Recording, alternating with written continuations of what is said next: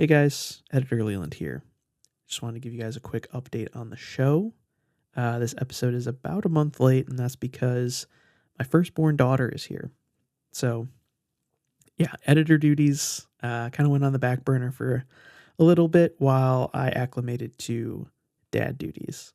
But we definitely wanted to get you guys this episode as like a Thanksgiving gift, I guess you could call it. We've also got really big episode coming up here to kind of cap off the year. Luke and I have been doing a ton of research. It's definitely our biggest project thus far. So stay tuned for that. Our next episode is going to be a big one.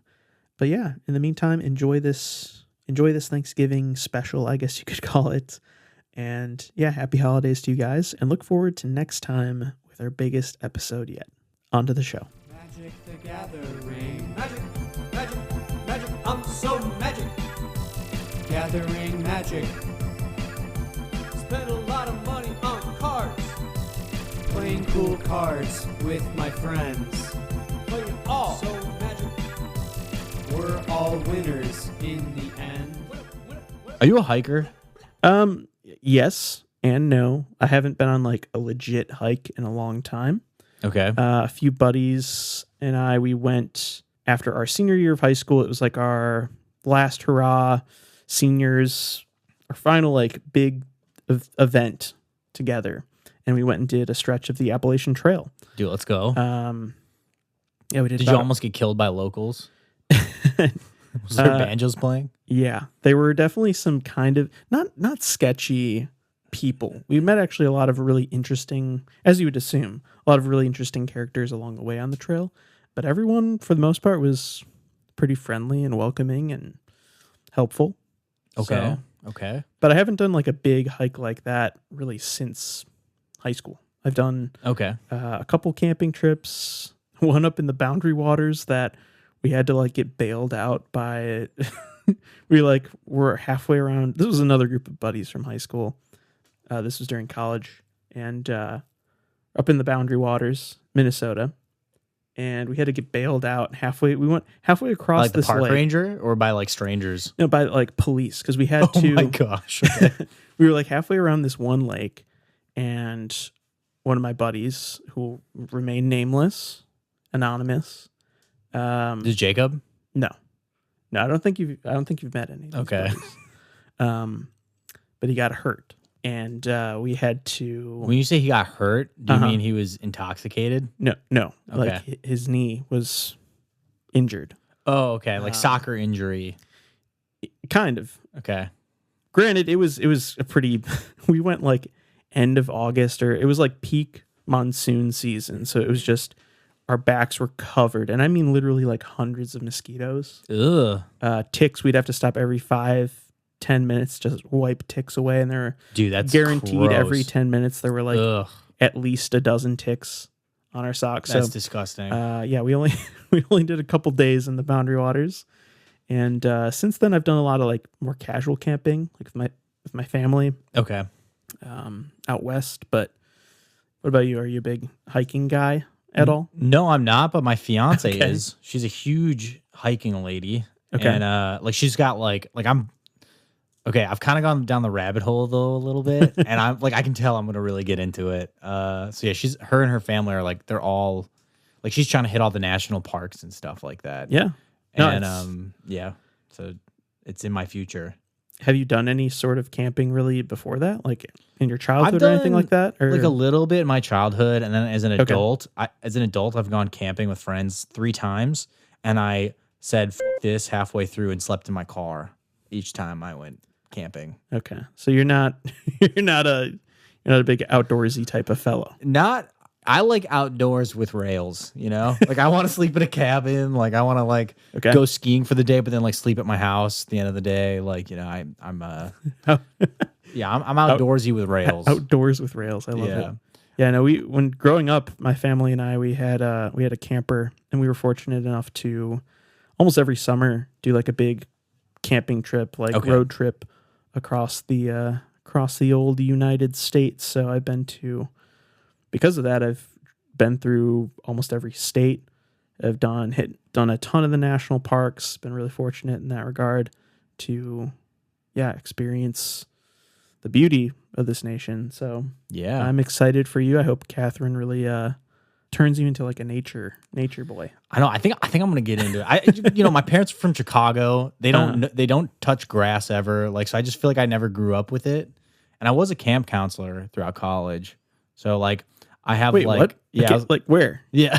I was a camp counselor. I was a camp counselor at a place called Camp Luther up north. Okay, was that like an outdoors? Yeah. Wait, you, you could have just No, but said, I was like the most like unoutdoorsy outdoorsman there. Like all of them were like they were all from like Wausau and like random areas of Wisconsin. I was from Milwaukee, Sure.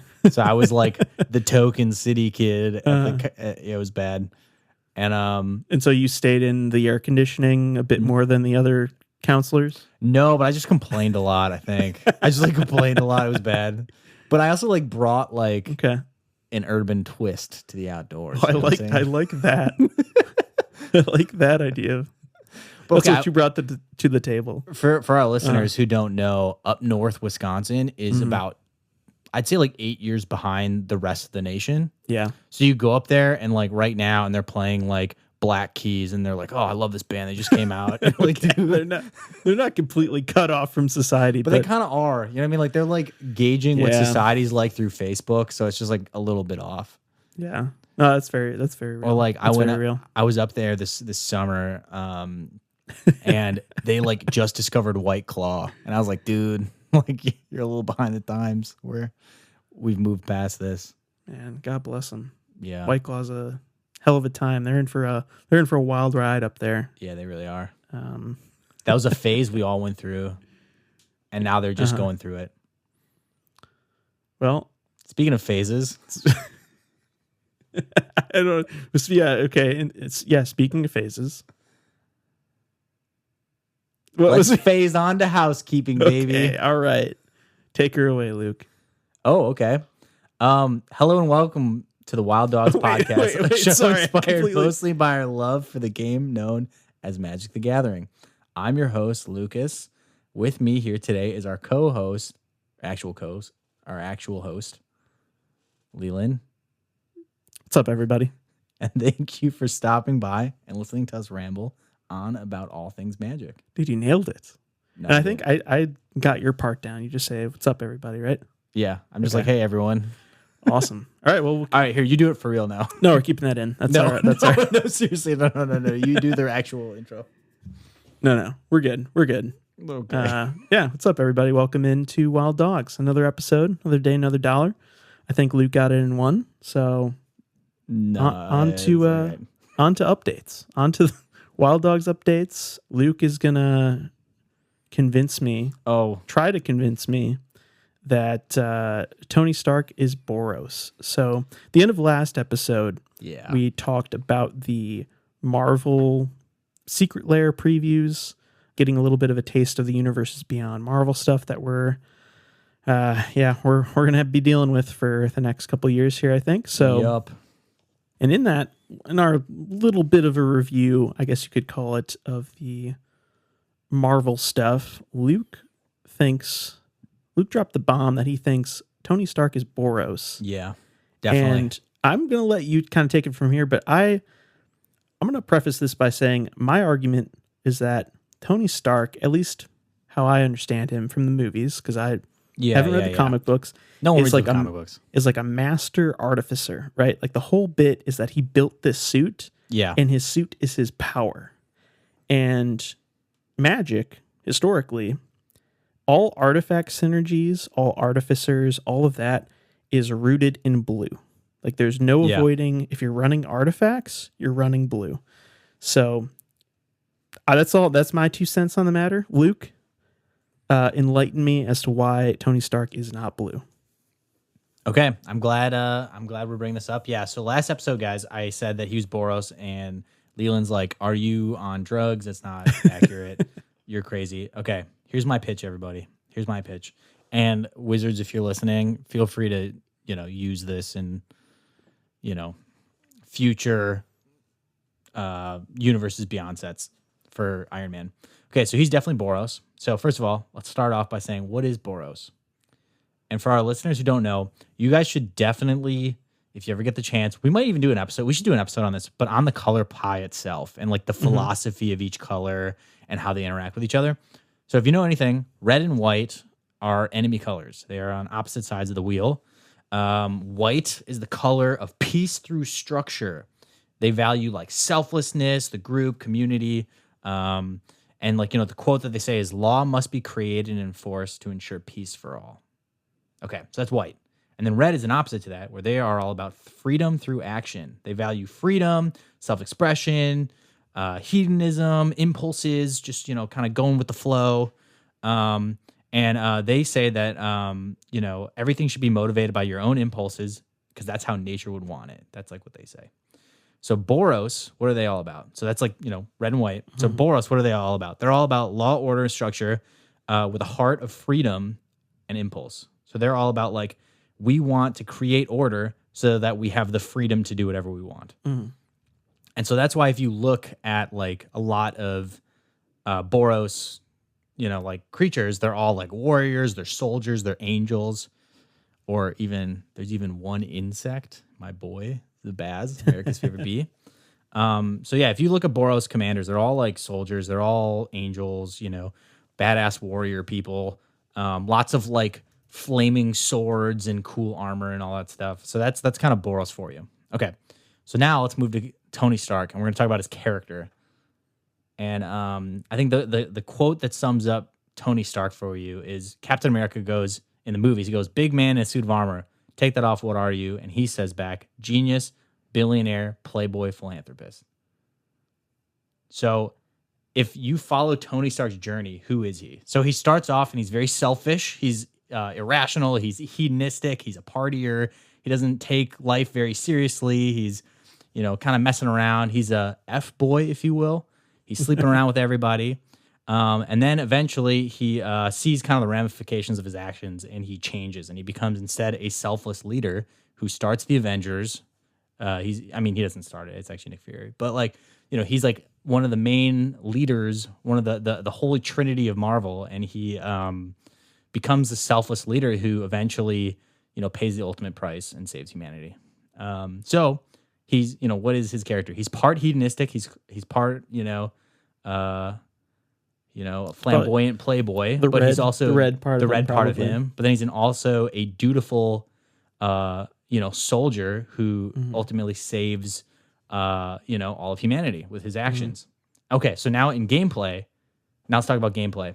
So he has the character. He's got the character of Boros, but now in gameplay, it actually makes sense too. So like Tony Stark, he's a fighter. He's known for his Iron Man suit.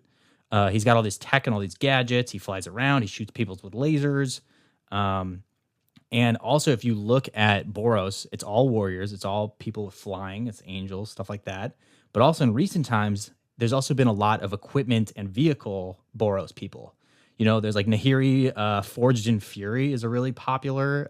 That's actually, I think, like the most popular Boros commander. And she's all about... affinity for equipment so she's all about equipment. Another one too is T'Pala Pilot Exemplar, who was from the I actually have like 4 copies of this because I pulled it in the Aftermath packs because she was in there. And then also another part of it too is also there's a lot of artificers now too. Like Osgur, the reconciler, is like he's like an ogre artificer, and Pla Nalar is another artificer. So these are like Boros is kind of moving into the ways of enchantments, artifacts, vehicles as well. So that's kind of my pitch. So it kind of fits as well. So it's like not only is his personality Boros, but also gameplay wise, he flies around. He's a soldier. He's got arguably the quintessential equipment in all of Marvel. He's got the Iron Man suit, like the Hulkbuster suit that flies from the sky that he wears to beat up the Hulk is definitely a vehicle. It's like, it's right. So I think he'd be perfect in Boros. And I think that I think Izzet definitely should have been Doctor Strange. And I think that it was kind of like, I think that the Wizards of the Coast people were just like, hey, he does artifacts, he shoots lasers, he's Is It. But I think that they probably should have gone deeper and maybe given him the Boros coloring. Yeah, I think this raises a good point where like you see there's like a theme in Magic where you see these characters, these recurring characters during the course of their story, their color identity changes. Yeah. Right.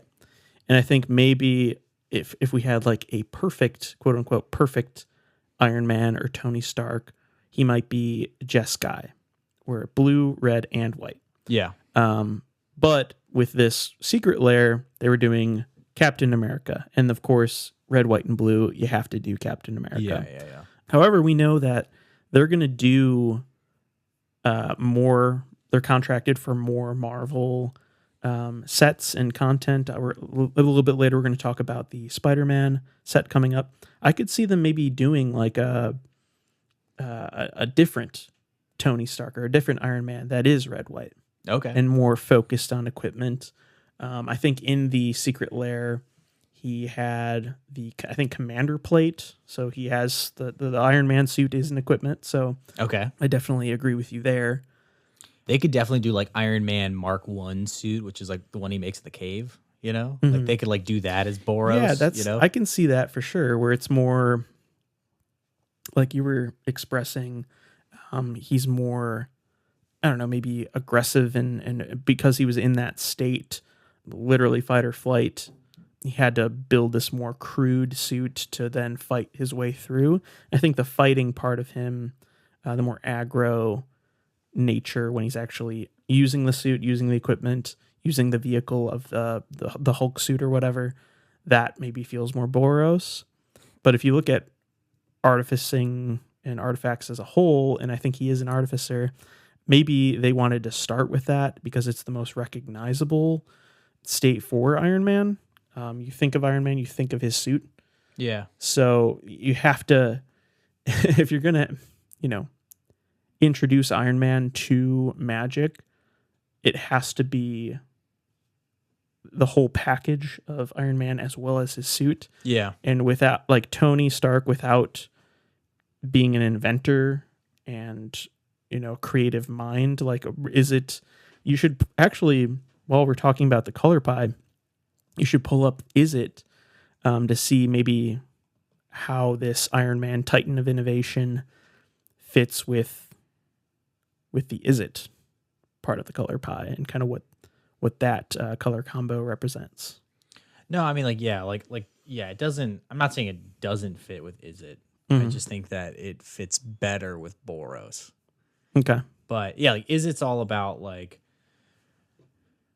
chaos magic, Like I mean I can do a deeper dive in the future, but like offhand I couldn't, I can't tell you everything. But just from if I remember correctly, it's like, well, what did you pull those? Were you just like, where did you pull those quotes from for the Boros? Oh, in the wiki.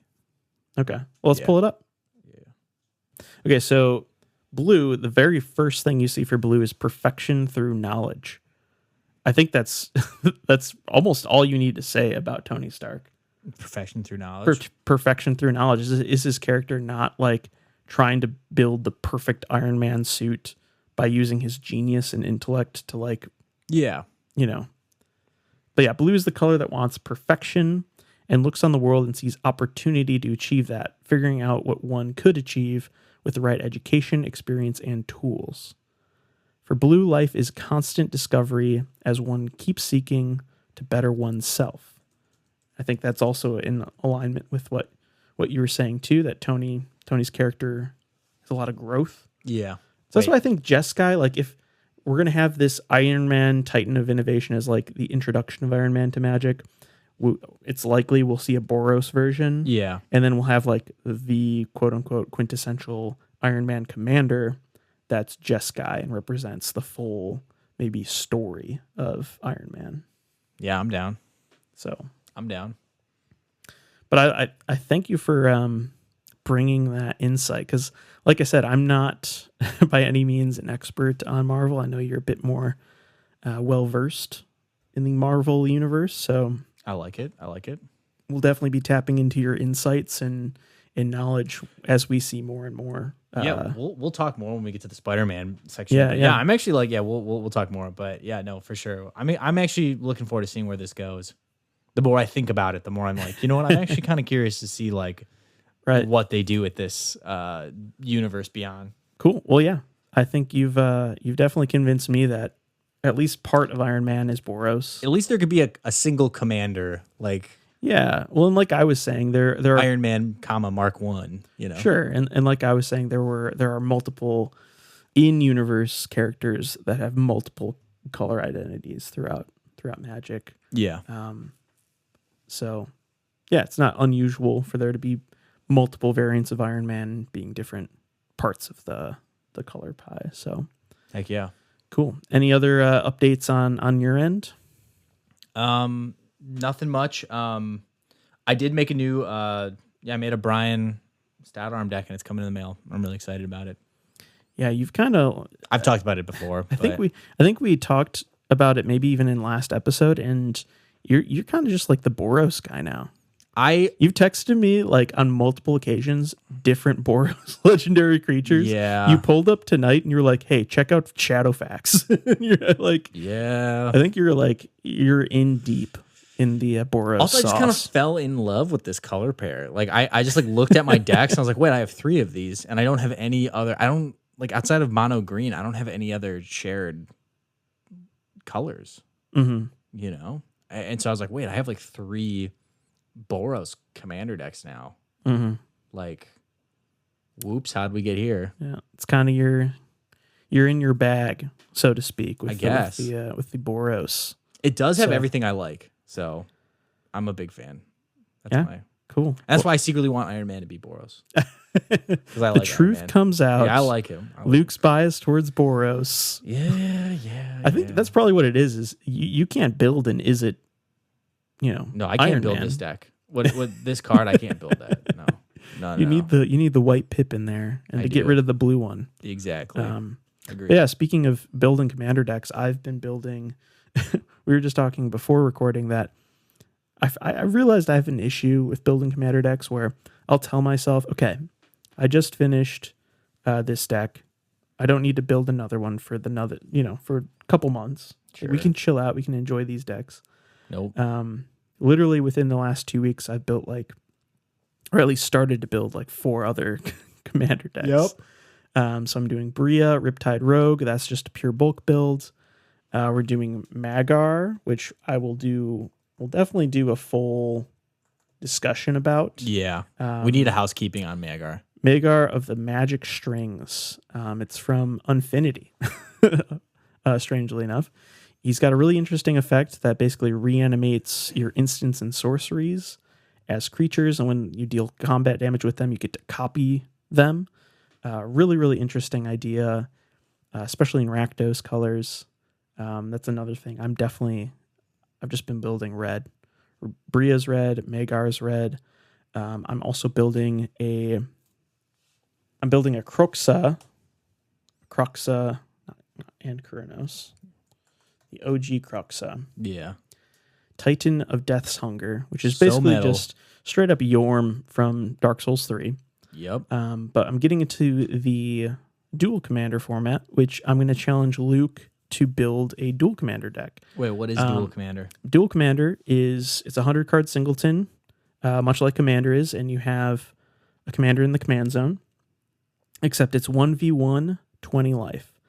Okay. So the deck construction is completely different from Yeah. regular Commander. It's just a completely different format, feels completely different.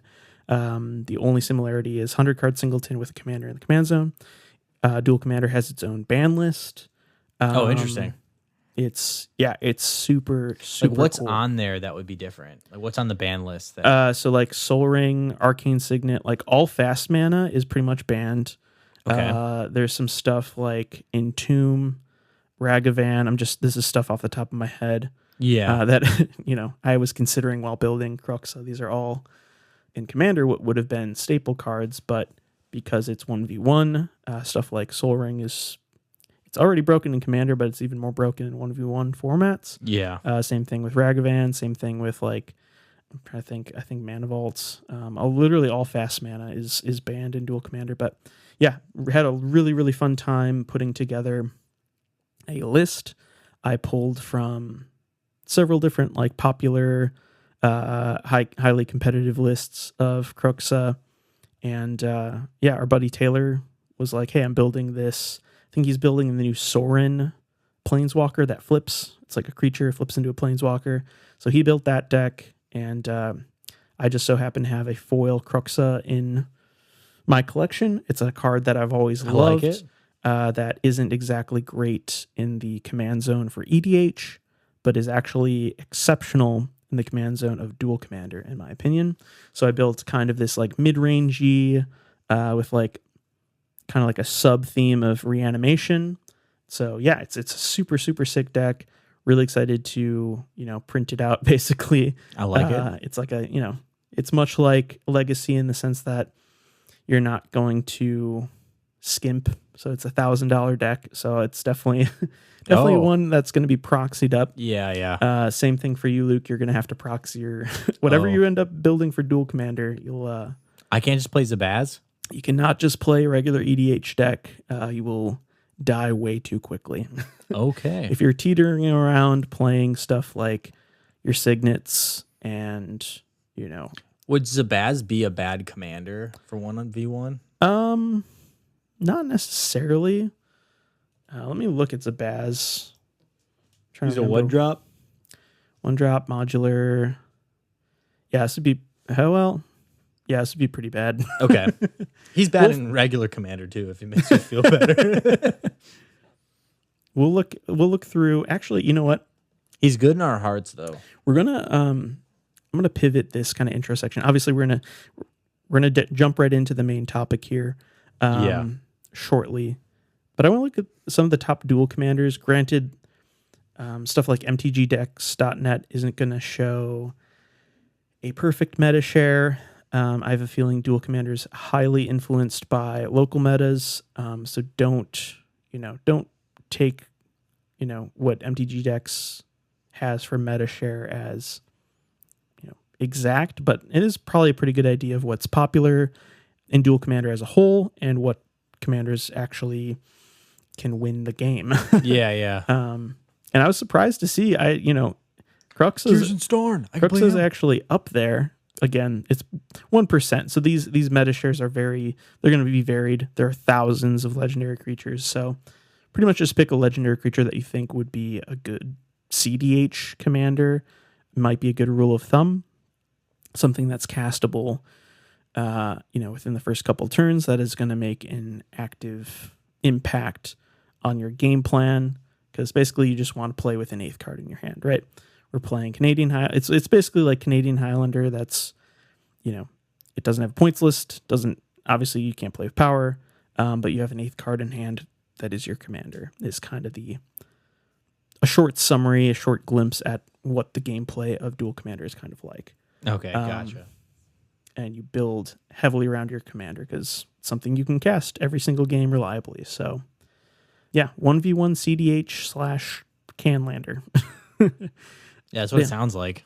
Yeah, Gearson's on here. That's interesting. So you could build the Gunslinger, an Izzet deck. If you're looking for Boros, Flage would be nuts. Have you seen this card, Flage, Titan of Fire's Fury? Of course I have, yes. This is a card that's really kind of messed up modern from my understanding. Yeah, seems like, and it's expensive. It's another, it's a new, basically this is like a new Croxa to some extent. Yeah. So. Also there's fun lore where apparently there was like a saga from, I'm going to mess this story up, but apparently there was like a saga from probably Theros. Theros, yeah. There was a saga, and Beyond there was Death. 3 Titans, and 2 of them have cards, and the third one didn't. And so this is. Oh, it was Flage. It was Flage. I wonder if it was a saga. I think it was a saga. Was it the Crowan War? Maybe. It's like a pretty popular one. But there's 3 Titans, and maybe not. 2 of them have cards, but the third one doesn't. So that's what this was. The Binding of the Titans. Yeah. Here we go. And so he's one of those. one of the ones being bound, I suppose. Yeah. Interesting. Cool. But yeah, Duel Commander, sweet. Oh, the fourth deck. So okay. Bria's red, Croxa's red, Magar's red, and the fourth one, which, as I usually do, I was buying, through TCG Player, had a card I needed in my cart. I think it was like a, I don't know, foil Molten Collapse or something super random for my for my Croxa deck, and I needed to hit that $5 minimum to get free shipping. Classic. Yeah. Classic. And I ended up building a deck that I've named Belligerent Bushido. It is Interesting. Fumiko the Low Blood, originally from, I believe, Yeah, I've never seen that before. Betrayers of Kamigawa. It was a random card in this TCG Sellers catalog, and I just threw it in my cart, and now I've built, literally in the past 24 hours, an entire Fumiko deck. That's awesome. So Fumiko is a 4-mana 3/2 legendary human samurai. She has Bushido X, where X is the number of attacking creatures, which is kind of interesting. It could be attacking me. It could be, me attacking with Fumiko and my army. Bushido, for those who aren't familiar with this ancient Kamigawan ability, but it's whenever the creature blocks or becomes blocked, it gets plus whatever the Bushido is. Usually it's Bushido 2. So Bushido 2 would be whenever this creature blocks or becomes blocked, it gets +2/+2. But Fumiko, it's the number of attacking creatures. She gets +X when she either blocks or becomes blocked. A little bit complicated, but it'll make sense when I play this deck with you guys, because I 100% am building this deck. And then just below that, the ability that really matters is creatures your opponents control attack each turn if able. So we're basically just turning a commander game into pure chaos while building an army that can protect myself. Okay. As well as I've got a bunch of stuff in here that goads all my opponent's stuff, as well as like buffs my board, and basically I'm building a castle with Fumiko. I'm building a big fortress, and then I'm forcing all my opponents to swing out with their creatures they don't want to be swinging out with. Interesting. So it's like a chaos group slug type deck where everyone else is going to be attacking, and then I'll be building a fort, and then I'll swing out at the end to win the game once my opponents have killed each other, basically. That's sweet. So I like it. It is an incredibly cool commander, incredibly underrated too. This would have been a great one for our underrated commander episode, because I think there's only like 200 Fumiko decks online. I love it. Let's go. Yeah, very excited for Fumiko and my other 3 red decks that I've built. But yeah, I've got a new segment. Oh, you do? Okay. I do have a new segment. Let's hear it. This is my Food for Thoughtcast corner. Okay. I'm here for Working on the name. Obviously, Food for Thought. Thoughtcast being Okay. Listeners, if you have a better name, let us know in the comments. Yeah, I doubt it though. I doubt it, though, 'cause, yeah, this is pretty good. Because, not only is it food for thought, but Thoughtcast has affinity for artifacts, and food tokens happen to be artifacts. Okay. So it's like they're the layers. But yeah, please let me know though if you have a better name for this section. But right for now, it's Food for Thoughtcast. And essentially, I'll be asking a question at the end of each episode. In the past, we've done these like listener polls, just through Spotify or whatever. I think I'm going to replace that with just a question to ask at the end of each episode for us to think about and our listeners to consider, and then we'll answer it at the beginning of the next episode. Oh, I like that. Okay. So that's what we're going to do instead of these poll questions, basically, is this Food for Thoughtcast questions. I like it. Okay.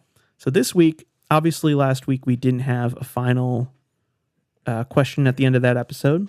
So we're doing a makeshift one just for this week. All right, let's hear it. Which is, can you rank the MTG color pie in order from favorite to least favorite?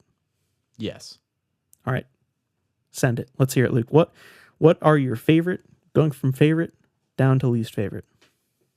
Number 1, green, Obviously, obviously. Number 2, white. that's surprising. That's very surprising. Yeah, I know.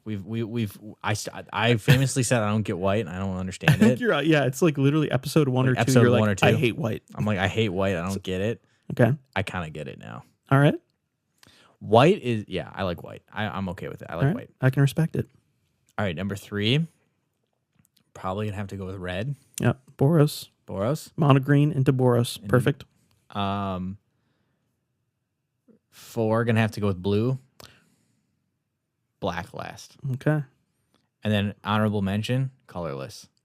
Honorable mention. Isn't a color, but sometimes is treated like a color. Yeah. All right, All right. what's yours? I like it. I'm a little bit surprised that the blue and black were flipped, but I guess we just had a conversation recently about how, I just struggle with black. yeah, black don't is get kind it. of tricky. It's tricky to like really dial in, especially with Commander. Picking a mono black Commander is really I just don't think it works with my Great. personality and like play style either. sure. But you like countering spells more than black. Well, I'm thinking more with blue. I like pushing Mhm. people away. Like I like when people attack me and then I'm like, Mhm. all your creatures go back to hand. Like I like that kind of stuff. Wow. Deviant. I know. Absolute deviant. All right, what about you? I would probably go, and it took me a while to like, when I came up with this question, it's really hard to pick a favorite color, Okay. for me at least. You obviously, you're the mono green king, so Yeah, you had that one locked and loaded. I was You know, like, this is a trick question. I just said that I've built 4 decks that have red in them. So I think I'm going to have to go with red right now. Okay. I think I'm going to go red and then black, actually. Okay. Rakdos. Rakdos has been of mind, but I also... Been on the brain. It's been on the brain, but I do just enjoy black cards, not just in the sense of like building a mono black commander deck, but looking at, my legacy deck. I play Reanimator is one of my legacy decks. I also play lands, which is kind of the opposite of black. It's Selesnya, but Reanimator, black to its core. I play Mogwarts, the goblin combo deck in Pauper, which is Yep. black heavy. I think I've realized that I just like black combo. There's a lot of really potent, obviously tutors and combo pieces in black. So I think red and then black being number 2 for that reason. I think 3, it's tricky. I think I'm going to have to go blue for 3. Okay. Kind of to your point of like, there's a lot of, it isn't just about countering stuff. It isn't just about drawing cards, but even just the title of this segment, Thoughtcast, Affinity, is a really cool mechanic. Again, a lot of combo pieces, potent tutor spells. I think Grixis, my top 3 colors, are the most powerful for most competitive formats because of their wide range and strong tutors, strong combo pieces and effects. Okay. Obviously, the strongest removal being in mostly those 3 colors, followed by white, which is going to be number 4. Okay. Love myself a Swords to Plowshares, Path to Exile, Yeah. but I'm also a huge fan of Flicker. My Preston the Vanisher deck, my mono white deck, probably being my favorite monocolor commander deck I have. Yep. It's the most. It's deviant. It's my pride and joy. I think I've spent the most time curating that list than compared to any other deck. Leaving green at number 5. Dang. So we're kind of opposites in that regard, but it's not because I dislike green. It's just because it's the one You I hate it. It's because if I had to cast a spell of any color, green is probably going to be The least? the least. No way. Okay. But that being said, I do love my mono green Titania deck, lands combo again for legacy. All the land spells are kind of set in green. So Yeah. for that reason, huge fan. The old Zern Orb. So Nice. yeah, I like green for lands as well as, can't go wrong with a big old stompy creature from time to time. Yeah, yeah. I think that's probably my order, right? Is red, black, blue, white, green. Wow. Okay. Cool. I can totally see that in all the decks you make. Yeah. But yeah, it definitely, I can see this changing day to day for sure. Oh yeah, definitely. But yeah, so that's the answer to this week's Food for Thoughtcast Corner. At the end of this episode, we will be, sending our question out for next episode. So stay tuned for that. And I love that. yeah, it'll keep our listeners thinking and then something for us to think about for our next episode. Oh, I love it. Let's go. Cool. So yeah, now into the main topic of today's episode. Yes. It's a big one, everybody. It's a big one. MagicCon Vegas happened. Yes, it did. And Luke and I weren't there. We've been to MagicCon before. We went to MagicCon Chicago this year, which is crazy to think about. I wanted to say last year. No, it was literally this year. Like January, right? It was in February because it was okay. It was my birthday weekend. Yeah. And actually, MagicCon Chicago is happening again, basically the same weekend. And we will be there. And we will absolutely be there. So definitely come say hey. We're going to be hanging out. It's going to be a good time. It'll be a good time. It'll be a great time. But yeah, MagicCons are amazing. And this past weekend was MagicCon Las Vegas. And we got some kind of hard news at MagicCon Vegas. The final MagicCon of each year, we typically see the kind of release schedule. Is it always in Vegas too, the last one? I don't know. I feel like it has been the last couple of years. Because I remember last year's it was in Vegas too. Yeah. So maybe that's their tradition. I'll have to. I know it's kind of close to their office. You know what I mean? It's like the party area near right. California. Right. Right. So yeah, I guess it makes sense for it to be in Vegas each year. But yeah, and at each final MagicCon, they release the lineup for products for the next year. And let's just jump into the Foundation of Magic's Next Era presentation, which was kind of the main focal point of all of the presentations, of all of the news and info that we got from the MagicCon was within this presentation. This was definitely the showcase news piece to talk about. Exactly. And, obviously Foundations, the set itself coming out next month, we might talk a little bit about previews, and I'm just going to be upfront right here and be like, the set looks amazing. Yes. Do not get me wrong. Definitely the beacon of hope in all of this. Exactly. Is that the set looks really good. Foundations looks incredible. And for the set to be standard legal for the next 5 years, it had to be. And it looks like they nailed it. So really excited for Foundations. I'm definitely going to be partaking a lot in Foundations. Mm-hmm. But that being said, it was highly overshadowed by everything else. Yep. we found out. So wait. So let's kind of break it down. So what exactly was announced in this for our listeners who were not paying attention? Sure. So they kicked off the Foundations of Magic's Next Era presentation with a little blip about a new Magic the Gathering show. Yeah. Kind of fumbled it a little bit, in my opinion. Well, so the thing is by one sentence. This has been like supposedly in the works for years now. Like I remember reading about this like back in like 2020. I think that this thing was pre-pandemic. Yeah, I think they were talking about it. Yeah, so it's been a while, and it's the same. They showed the same graphic that they showed us like 3 or 4 years ago. Same artwork, banner. So as far as we know, like nothing has really happened. But they brought in their producer. It was like the producer or director, some fella came on stage. Some Netflix man. A Netflix boy came up on stage and was like, yo, I love Magic. It's the best. Before we did anything, we just got all the decks, got all the cards, and we like really got into it. And we just love all the decks. And then he dropped like a little nugget where he was like trying to relate to the Magic the Gathering. Yeah, he's trying to be one of the boys. To be one of the boys and relate to the average Magic the Gathering fan, and was like, I really love when I'm playing a game of Magic and I'm like looking at this character on my card. I love being able to turn over the card and read the lore and read the story of the character. Yeah, that I'm playing, I'm casting, and I'm like, that's not a thing. I'm like, this man has never played Magic in his life. I've got a bunch of cards on my desk right now. I've got a Pouncing Lynx, which is a 2-mana 2/1 cat.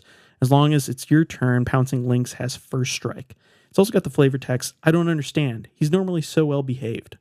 All right, turn it over. So now I'm going to turn this card over to learn more about this Pouncing Sphinx. Magic the Gathering Deck Master. Yep. Perfect. Loved learning all that lore about this Pouncing Lynx by turning over my Magic card. Who is this guy? Yeah, this man has never played a game of Magic in his life. He's never even, honestly, guys, he's never even held a Magic card if he didn't.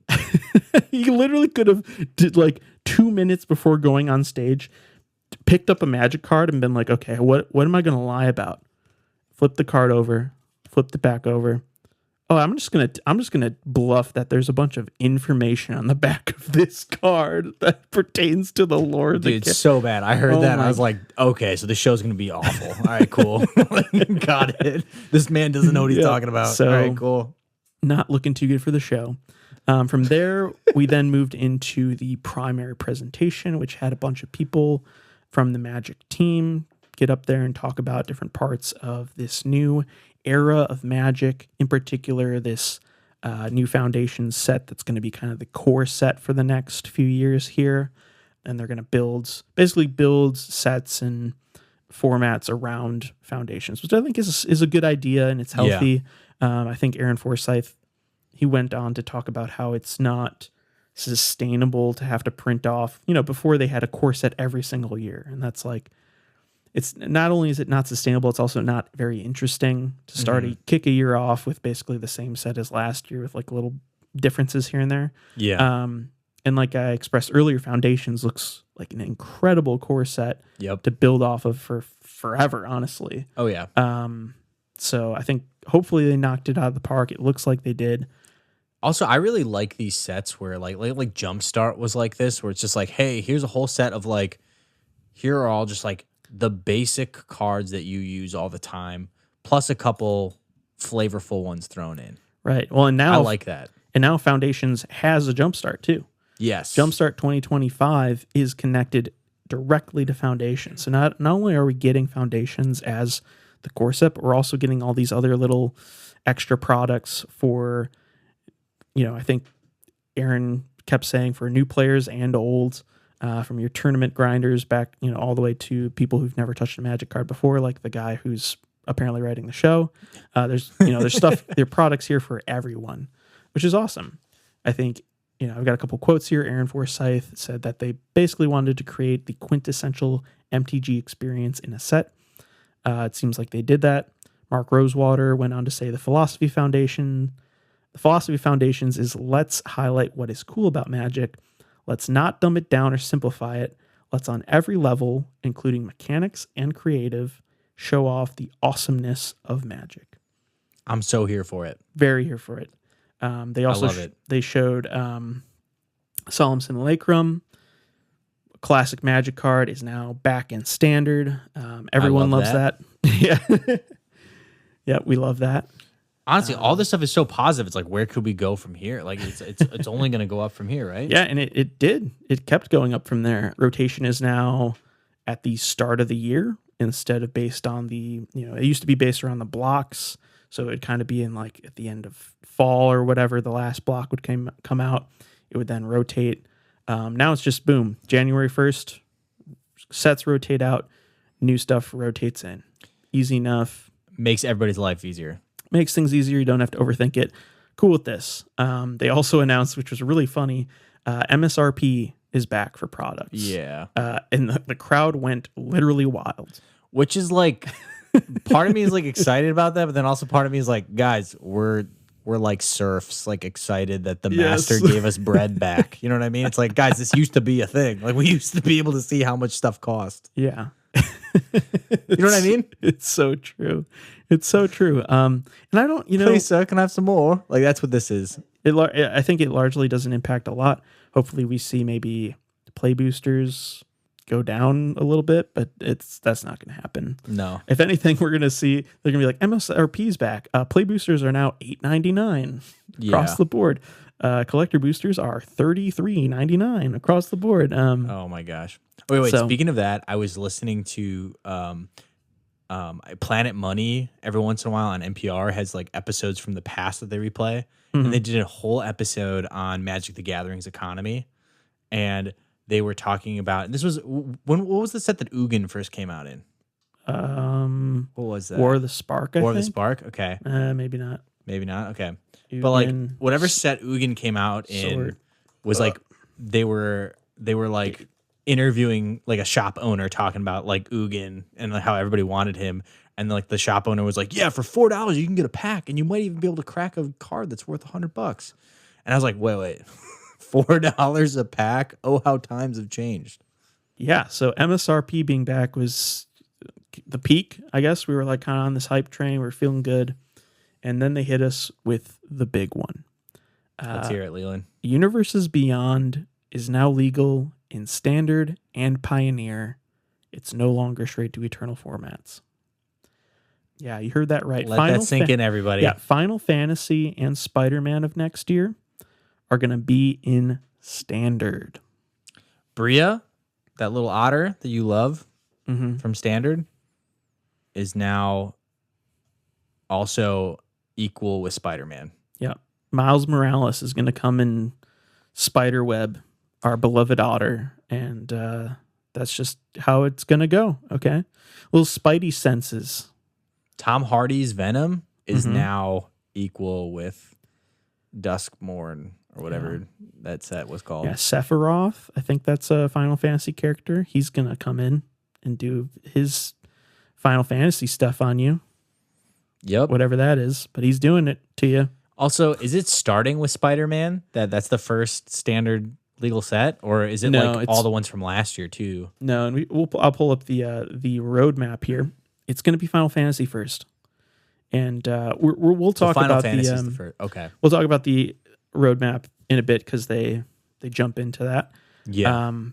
But before then, they after announcing that we're now going to be diluting the IP that many players fell in love with Spider-Man and Final Fantasy in Standard, which is a format that's, they literally started this presentation with, hey, Foundations, we're bringing back Standard. We're bringing back the goods to Standard. But also we're bringing Spidey-Man and Dr. Octopus and the Green Goblin to Standard. Aunt May is going to be literal just human New character. Yorker. Yeah, that's all coming to Standard now. And then they follow that up with what I've penned, the second big one. Okay. Is that Universes Beyond will now account for half of all MTG products during a calendar year. Yes. How they phrased it was balancing our worlds with others and an equal number of Magic in-universe sets and Universes Beyond sets. That's insane. So this beloved IP, this beloved card game that you know and love, will now be, mixed and matched with the latest and greatest IP. Yep. And by the way, right now we're getting Spider-Man, we're getting Final Fantasy, but on year 10, what are we going to get? Yeah. You know what I mean? It could be, that's the really interesting We're going to get Paw Patrol. We're going to get Miss Rachel. You know what I mean? From YouTube. We're going to get YouTubers. Are you ready for that? Yeah. We're going to get like Mr. Beast set. It's going to be bad, guys. Yeah. There's no way this can end good for the Magic community. No. And I think the real dagger was in their look at 2025, which we'll get to. We'll quickly break down each of the 6 sets for next year. Yeah. But I think to kind of like cap off why this is such a big issue and why I, jokingly, maybe anecdotally saying that this is the death of Magic.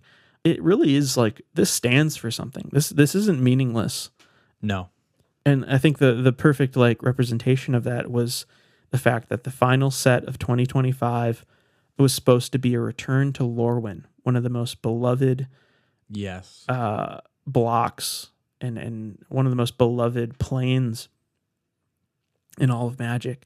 Luke is just was talking about Brian Stoutarm and how he's building this cool giant fella, and there's all these little goblins and fairies and this like one of the most beloved kind of high fantasy fairy tale settings in Magic, original to Magic, is now being pushed back to 2026 for an unannounced Universes Beyond set. So not only did they push back something beloved to all Magic players, but they're replacing it with something that they can't even announce yet. It's maybe it's that They're still bad, legally maybe it's arguing. That's what it is. It's Hasbro working out the kinks with their big money-making deal with whatever this other IP is. Yeah. It's just heartbreaking.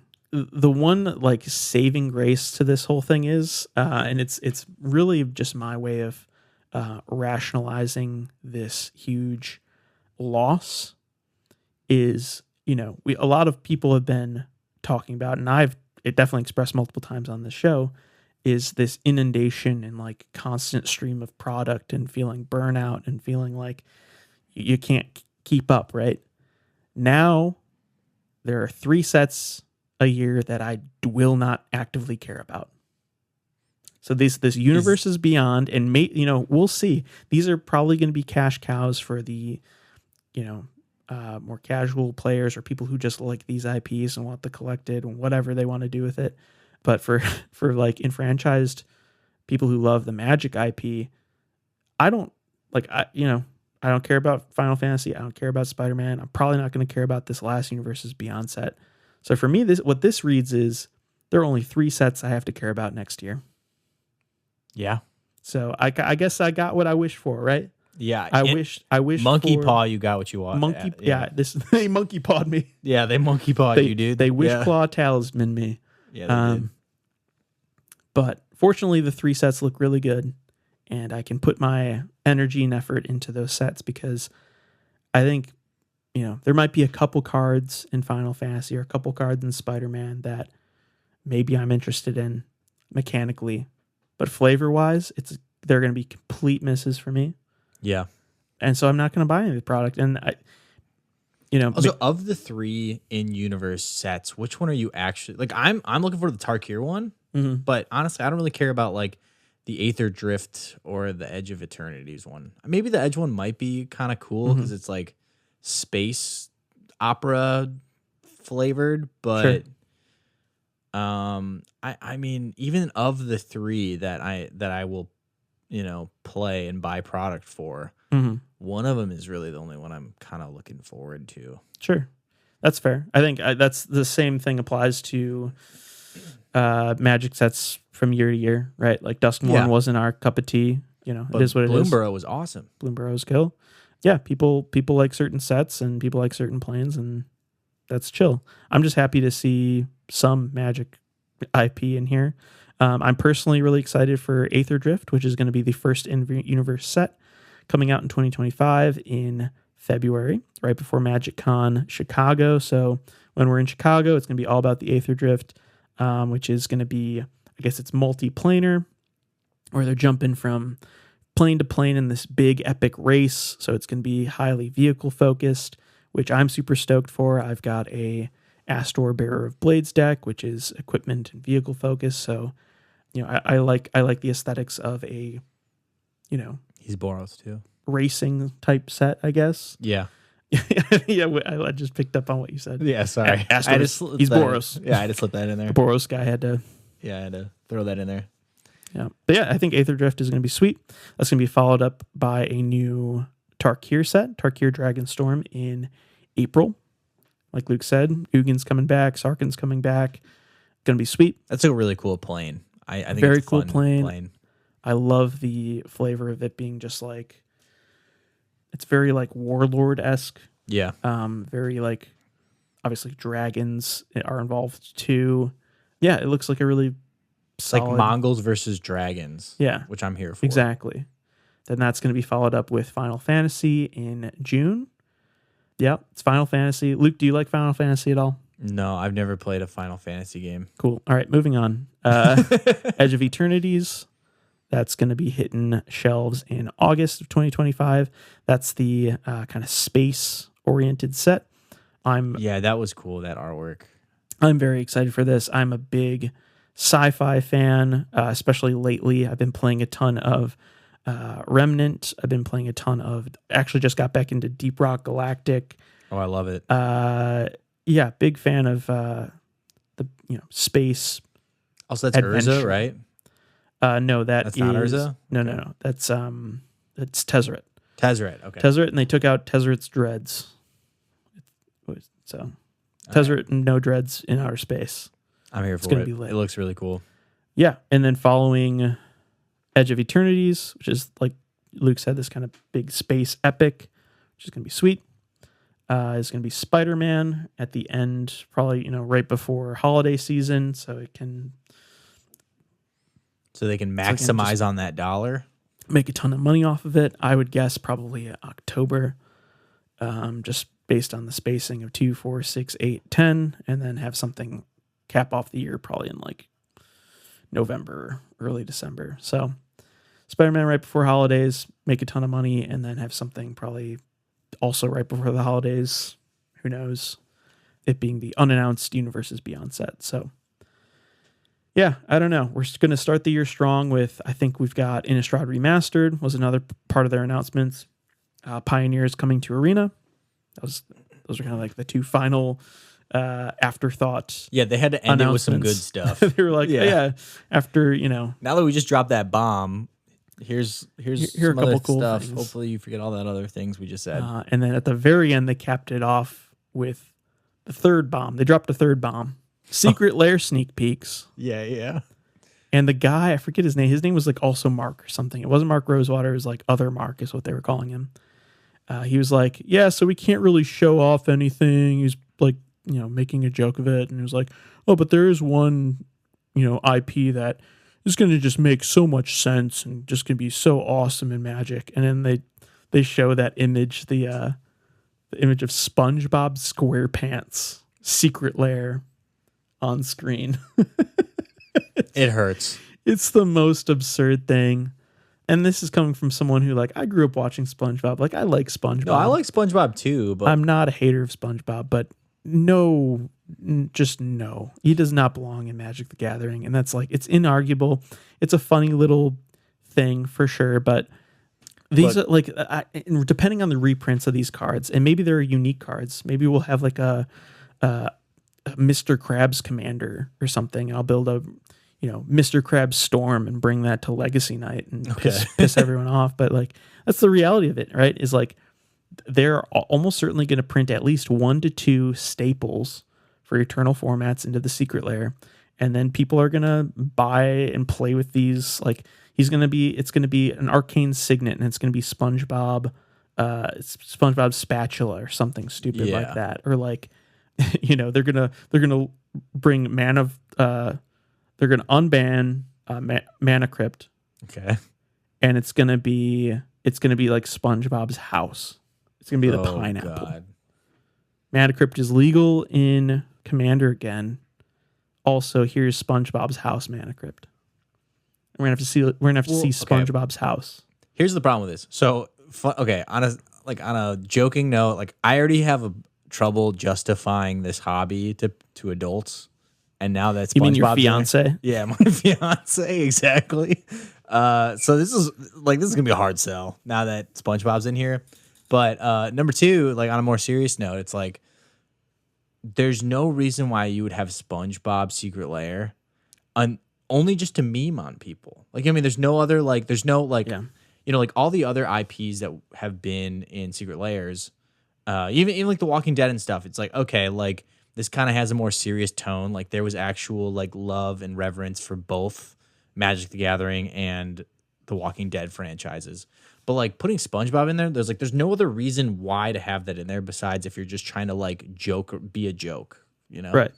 So like, and like you said, like, they're gonna put some busted. They're gonna put at least one stupid card, and it's like, okay, now I gotta have like Gary the Snail, like, I don't know. I don't even know what Gary the Snail would be, but you know what I mean. Like they're gonna have like he's gonna be Boros. Oh, if he is, I gotta make him. Next episode, I'm gonna have a whole dissertation on why Gary the Snail is Boros. Yeah, I'd love it. It's because his character, his story arc was, he just connects with freedom, and he's like a warrior, and he likes to fly through the air with his Iron Man suit. He's actually an angel. Yeah. Oh, I'm here for it. Yeah, I'd love that. I want that presentation. Yeah. I'm here for it. Also, okay, I will say this too. If we get more SpongeBob style Secret Layers and Universes Beyond sets and stuff like that, like if this just becomes like, what Nickelodeon IPs can we turn it into Magic the Gathering sets? Like they'll eventually do like an Avatar, the last Airbender set, which would be kind of fun. But like if they like take other like if we get like a full Fortnite set, if we get stuff like that, I'm probably gonna lose interest in playing this game. Yeah, and I saw a lot of people take to Twitter to overreact and be like, Vegas has made me realize it confirmed that I'm falling out of love with Magic and I need to reassess and all this nonsense. It's like I just expressed on in the last half hour my disdain for what they're gonna do with Magic the Gathering, but just be real. Like you don't have to I don't know. It's frustrating to see.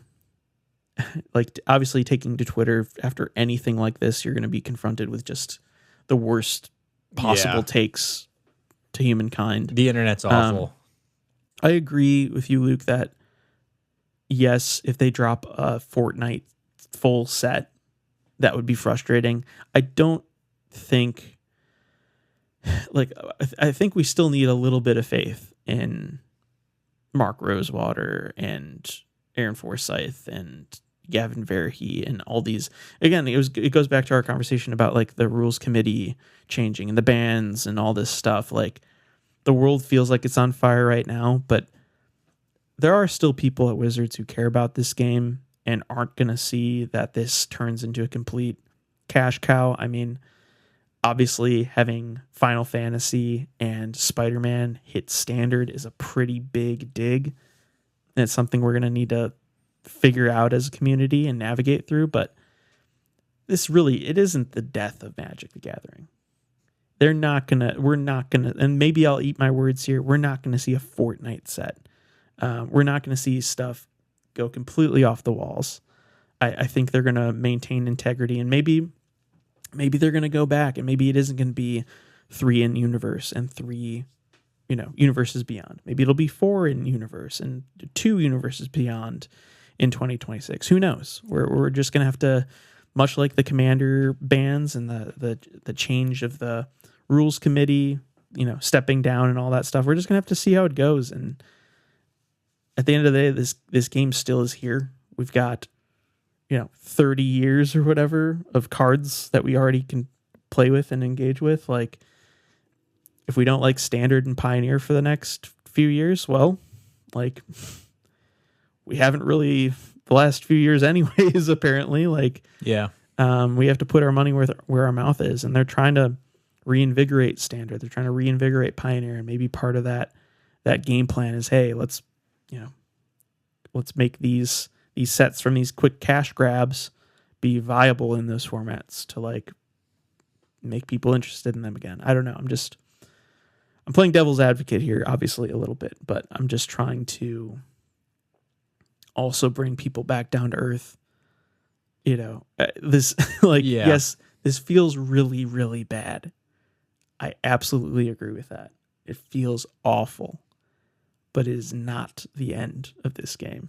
There's so many other ways. I'm not saying this is the end. I'm not saying that as in like this is the end of Magic, but this might be the end of Magic for me personally, in that my time is already pretty limited these days.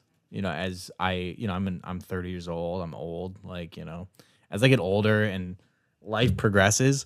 And so every once in a while, I get a couple seconds to look around and be like, all right, what am I going to do this weekend? What am I going to have fun with? And then I look online, see what sets out there, and I go, oh, wow, we have a SpongeBob set out. Okay, I guess I'll read a book instead of go buy Magic product.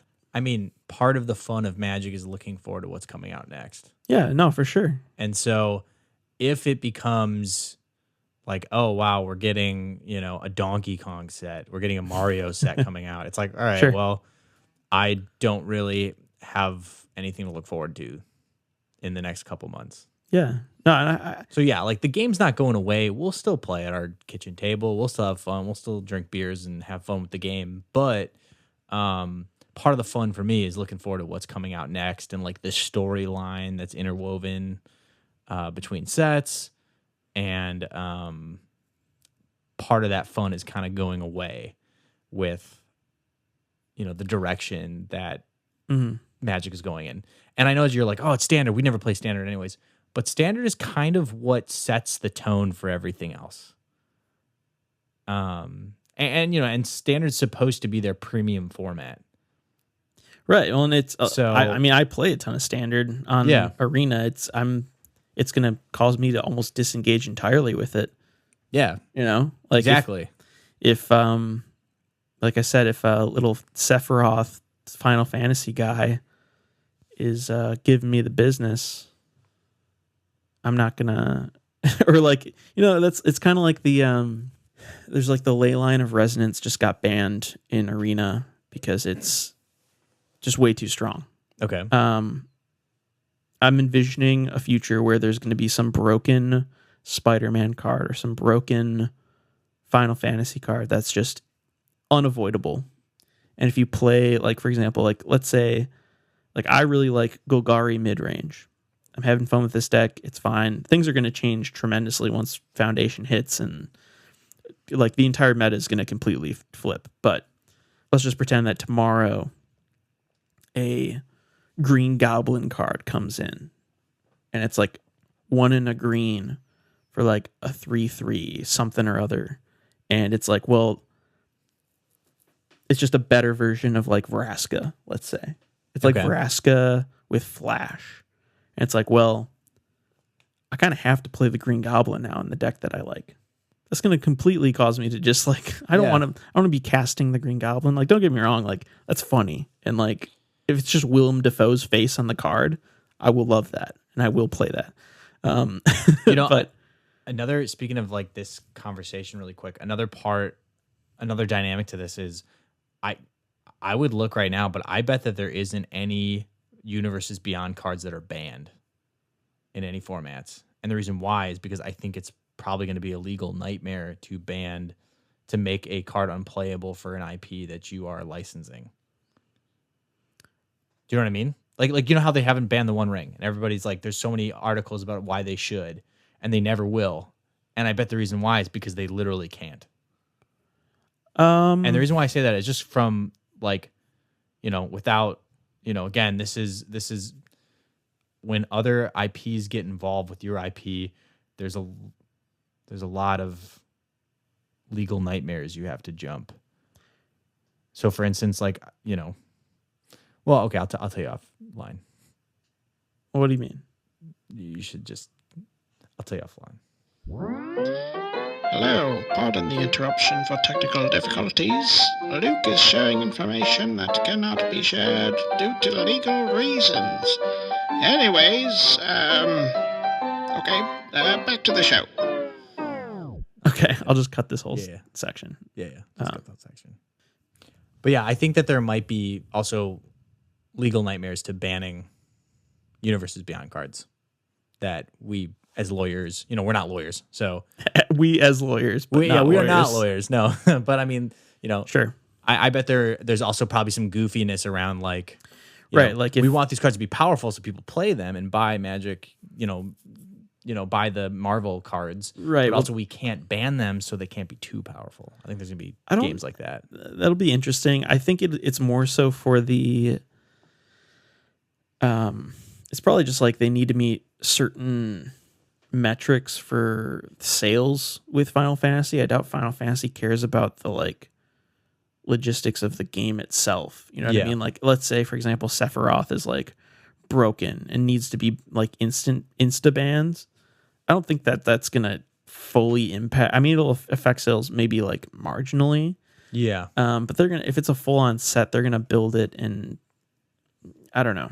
They maybe they wait on the bans till after they've hit their sales goals and whatever. But I don't see bans necessarily being a legal issue. I don't know. Again, I don't know all the logistics of that, but I don't think I mean, maybe that played into Lord of the Rings a little bit with the One Ring, but yeah, I don't know. It'll be interesting, I guess. Maybe we'll just have to wait and see if the Green Goblin's he's too powerful and they just need to ban him or something. I don't know. We'll see. So, we'll see. but yeah, so I think that's kind of maybe a good place to put an end to this conversation. Just put like a little cap on it. Again, Foundations looks really good. We'll go into the set itself looks really good. We'll do a whole other episode on Foundations. I think we actually want to test a kind of set review type series. So we'll talk about some of these previews. We'll talk about once we get the full spoiler on the set. We'll talk about these cards. I think we obviously wanted to sit down here today and just discuss all the issues presented from MagicCon Vegas. So we'll get into Foundations. It looks great, but yeah, there's a couple bombs with it. Things are changing, and I think my point is we're just going to need to change with them, and maybe that'll be some people need to step away from Magic, but we're just going to have to see how this next year goes, and we'll catch the vibe. Maybe we'll stop playing, but I don't think that's no. We're not going to stop playing. No. But we'll play. We don't know what the future holds, but we'll play it by ear, as they say. We're playing it by ear. We shall see. We shall see. But yeah, let's cap this episode off with our classic Scryfall random spirit creature of the week with one free mulligan. I don't know if we need a theme this week. Maybe. I don't know. I think we just got to do it. I think we're too. I'm tired. Let's let it rip. I'm exhausted from this conversation. It's the end of our work day collectively. Yeah. We're just kind of vibing. Let's just find a creature. Let's random it out, Let's random it out. And in fact, I actually have the first one. Send it. All right. I got Chaos Maw, which is a creature of type Hellion. And it says, when Chaos Maw enters the battlefield, it deals 3 damage to each other creature. And it's a 6/6. And it's 2 reds and 5 colorless. Right on. Wait, can you what's it called again? It's called Chaos Maw. Chaos Maw. Ooh, this looks awesome. I don't know. Doesn't it look metal? Hour of Devastation. 7 mana, though. It's so expensive. I love it. This is probably like a riot to cast in Hour of Devastation. Also, only limited. 3 damage to each creature. Hey, that's like basically a Wrath in limited. Yeah, that's true. This is basically just 7 mana, 6/6, kill everything else, win the game, potentially. Yeah, pretty much. All right, it's not that strong, but it's still. This must have been fun to cast in Hour of Devastation. Yeah, Hour of Devastation. This was probably a hit. Yep. Mine is actually fitting. I know I said we weren't going to do a theme. Okay. But I landed on a Universes Beyond card. No. One of the first, too. One of the first. I landed on Flame War Brash Veteran, which is from Transformers Robots in Disguise.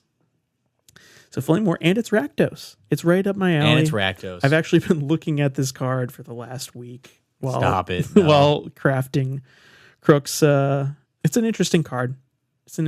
So Flame War is for 1, a black and a red. You get a 3/2 legendary artifact creature robot.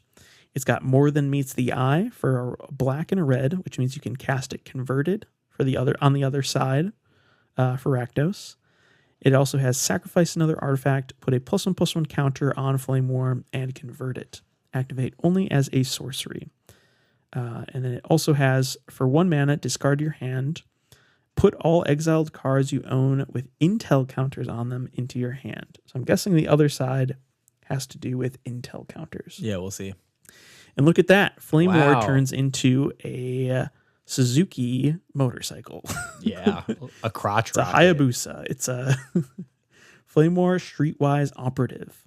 It's a legendary artifact vehicle with living metal. So as long as it's your turn, it's also a creature. And it's a 2/1 with Menace and Death Touch. Whenever Flame War deals combat damage to a player, exile that many cards from the top of your library face down, put an intel counter on each of them, and then convert a Flame War. So I like it. pretty funky card, actually. It looks really fun to play, honestly. It's like Stop it. Rakdos artifacts, get to weird card draw engine that deals with combat. You get to turn your dude into a motorcycle. It looks like there's a Nissan Fairlady Z in the background for some reason. Let's go. We got a Dodge Neon in the background. Yeah, this is sweet. I guess I'm gonna have to build another Rakdos Commander deck with old Flame War here. Oh no, I guess you have to. It's funny though, right? Like, we spent the majority of this episode dogging on Universes Beyond, but there's good to come from it. Like, we get goofy cards like this. Again, I don't care about Transformers like that really, but I don't know, having a living artifact Suzuki Ninja or whatever the Yeah. Little crotch little rocket. Kawasaki action going on. A non-American motorcycle. We'll put it Yeah. that way. Yeah. I don't know. There's some fun to come from these Universes Beyond collaborations. And while I'm not stoked on Spider-Man or Final Fantasy, I'm stoked for the people who are stoked. I'm excited for people to. I'm excited for your excitement. I'm excited for your excitement. I'm just not going to be excited for me personally. Yeah. But I know that there are people who loved this Transformers set. There's people who loved Doctor Who, Warhammer, Assassin's Creed. You know, we've got a whole other episode on our extended thoughts about Universes Beyond that you can go check out as well. But in general, I think Universes Beyond was a good thing for Magic, and now it's become like a leech. It's become insidious. It's become A this parasite? plague, this parasite to the Magic IP. And I hope I hope Wizards figures that out in the next year. That's going to do it. That's Yep. going to do it for today's episode. This episode's Food for Thought cast question Let's hear it. is, what is your favorite 1, 2 for 3? Meaning 1, 2 for 3. Okay. a creature that's power and toughness is 1 and 2 and costs 3 mana. That is so specific. Right? I just thought 1, 2, 3. So what's your favorite 1, 2 for 3? Be sure to listen to our next episode to hear our answers. And yeah, we'd love for you to tweet at us, email us, message us. What is your favorite 1, 2 for 3? We definitely want to know. Thanks to our sponsors. We currently have none. If you'd like to sponsor the show, please reach out to us via email at wilddogspodcast@gmail.com. Feel free to connect with us through Twitter or Instagram at wilddogspod, and over on Discord, which you were invited to in the episode description. Finally, as always, thanks to Johnny Bartlett for creating the intro and outro music. Until next time, Wild Dogs out. Thanks, everyone. Magic the Gathering.